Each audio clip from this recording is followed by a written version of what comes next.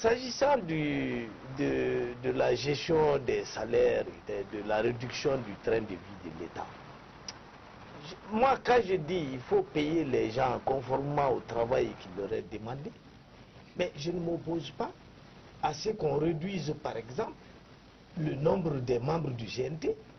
Pourquoi on est allé chercher jusqu'à 147? Pour faire quel travail? 50 personnes auraient suffi. Et on aurait réduit les sommes en cause, les indemnités et les primes. Pourquoi on crée, on nomme un gouvernement d'une trentaine de membres? 15 auraient suffi. Pourquoi quand vous lisez la liste des agences là, de l'État là, on peut diviser par 3 et le travail n'en souffrirait pas.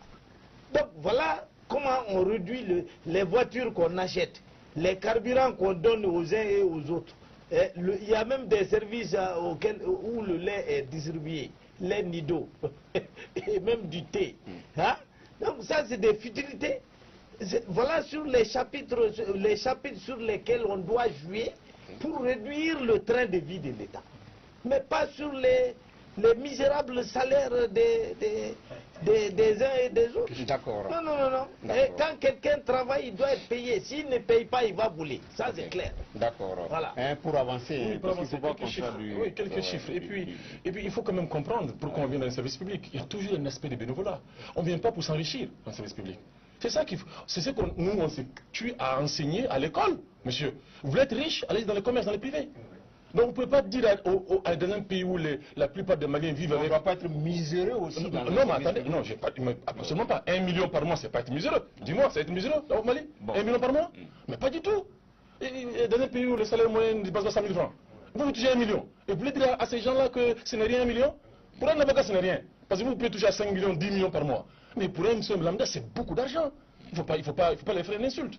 Et deuxièmement, même si on fait une économie de 100 millions de francs CFA dans un pays en difficulté comme le nôtre, c'est beaucoup. Vous allez dans les hôpitaux aujourd'hui, même pour à Ségasso, on n'a pas de scanner. Vous voyez, ici à Gabetouré, il y a des difficultés, il y a des matériels qui manquent. Donc, faire une économie de 1,5 milliard de francs CFA, ça aide. Contrairement à ce que l'autre a dit. Les salaires de fonctionnaires, on n'a pas de comparaison à faire avec ces gens-là. Ils sont au service de l'État. Sur le plan global, comme l'a dit Maître, là je le rejoins, on fera une réduction des véhicules, tout ça, tout le reste, le nombre de vie, on fera de l'économie. Regardez quelques chiffres. Je crois que le budget de CNT, depuis 2020, n'a fait qu'augmenter. Je pense qu'en 2020, c'était autour de 9 milliards. 2023, on est à 13 milliards. Et justement, pour tout ce qui est biens et services, là, véhicules et consorts, là, c'est 8 milliards et quelques de francs CFA. La présence, pareil, ça n'a fait qu'augmenter. Pour une transition, on est à 16 milliards 2023. Donc, alors que partout les Maliens se sont réunis, ils ont dit réduisez le train de vie de l'État. Alors que les autorités disent qu'elles sont à l'écoute de ce peuple. Le budget de l'armée augmente, on n'avait pas fait qu'à meilleur sur le terrain. Non, non, c'est même pas une question de résultat. On a neutralisé un chef. Non, c'est même pas une question de résultat. C'est même pas une question de résultat. Il y a une exception. Par les États. Non, il y a une exception à la règle, c'est même pas une question de résultat. Les Maliens ont toujours fait une exception en ce qui concerne l'armée. Parce que le besoin est là. D'ailleurs, ces réductions, pourquoi ces réductions? Parce qu'en partie, ça va permettre aussi d'alimenter davantage le budget de l'armée, pour équiper davantage nos femmes, mais aussi pour équiper davantage nos hôpitaux, mais aussi pour équiper davantage nos écoles. Mais écoutez, pour refonder un État, il faut carrément qu'il réponde sur la refondation de l'école, de l'enseignement. Et malheureusement, on n'est pas en train de faire grand-chose là-dessus.